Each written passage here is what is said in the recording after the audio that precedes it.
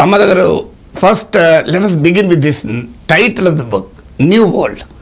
మీరు ఈ book title చూశాక నాకు very prominent Marxist thinker Antonio Gramsci అన్న పదాలు గుర్తొచ్చాయి.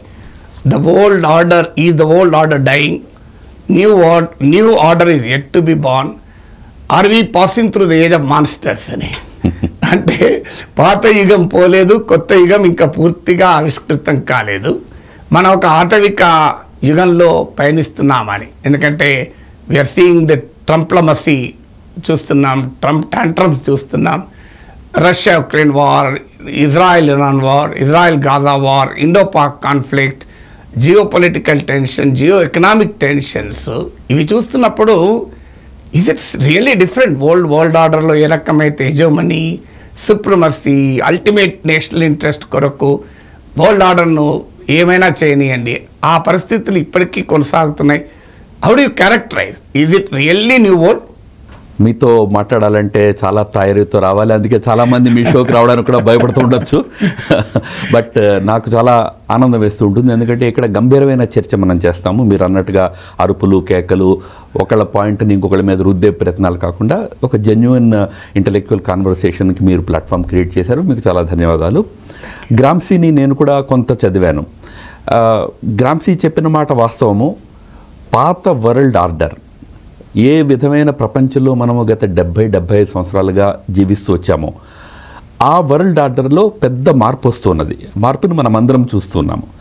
ఇది ఒక సంధి కాలం కనుక నేను ఇది ఆటవిక కాలము అనే కంటే కూడా దీన్ని ఒక సంధి కాలము అనే నేను భావిస్తాను.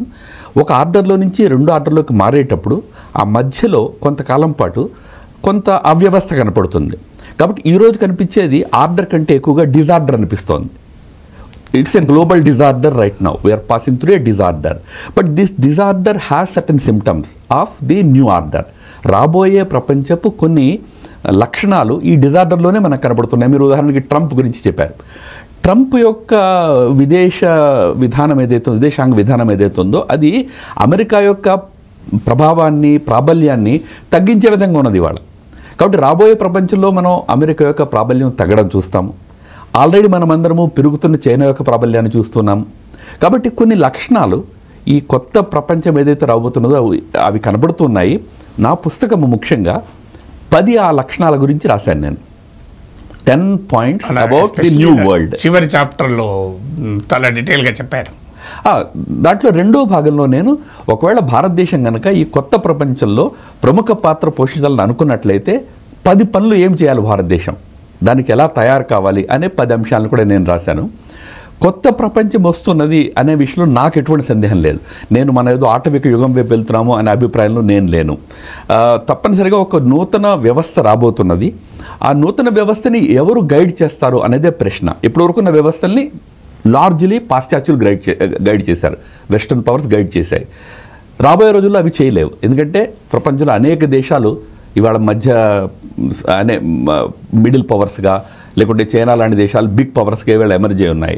ఇలా మల్టీపోలార్ వ్యవస్థలో ఈ నూతన వ్యవస్థలు ఎవరు నడిపిస్తారనే ప్రశ్న ఇవాళ ప్రపంచం ముందు ఉంది. భారతదేశం దానికి తయారు కావాలి. చాలా కరెక్ట్గా చెప్పారు రామారావు గారు. మీరు మల్టీపోలారిటీ నిజమే, మీరు అన్నట్లు బైపోలార్ వరల్డ్ కోల్డ్ వార్లో చూసాం. Immediately after the fall of Soviet Union unipolarity లక్షణాలు చూసాం. ప్రాసెస్లో ఈ లాస్ట్ 10-20 yearsలో డెఫినెట్గా మల్టీపోలారిటీ చూస్తున్నాం. ఈ మల్టీపోలారిటీకి మన దేశం సిద్ధపడాలి, దీనికి నాయకత్వం వహించాలని సాధారణంగా భారతీయులుగా మీరైనా నేనైనా ఆశిస్తాం.